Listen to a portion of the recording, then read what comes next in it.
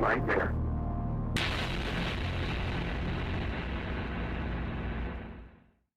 Depending on who you are and how contentious your divorce is, there are going to be a variety of different people involved in your support network.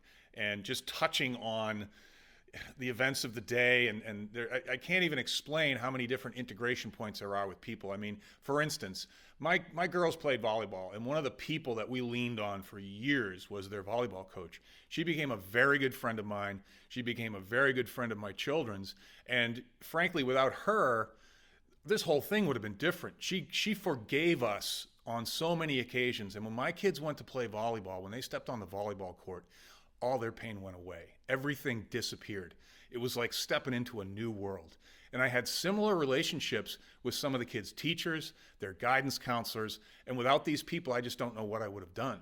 You know, that doesn't even speak to the component of what was my family. My father, my mother, my brothers, my sister, they were all there. And I needed them all. And you may need them all too. So, you know, depending on the nature of your family and your friendship relationships, those are other people that could make or break this thing for you.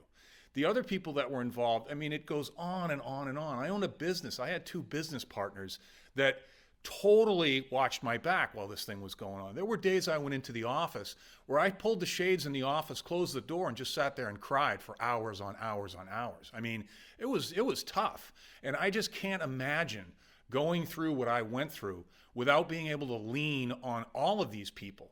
And I'm not even speaking to some of my other friends. I mean, I could talk about the dentist and the doctor.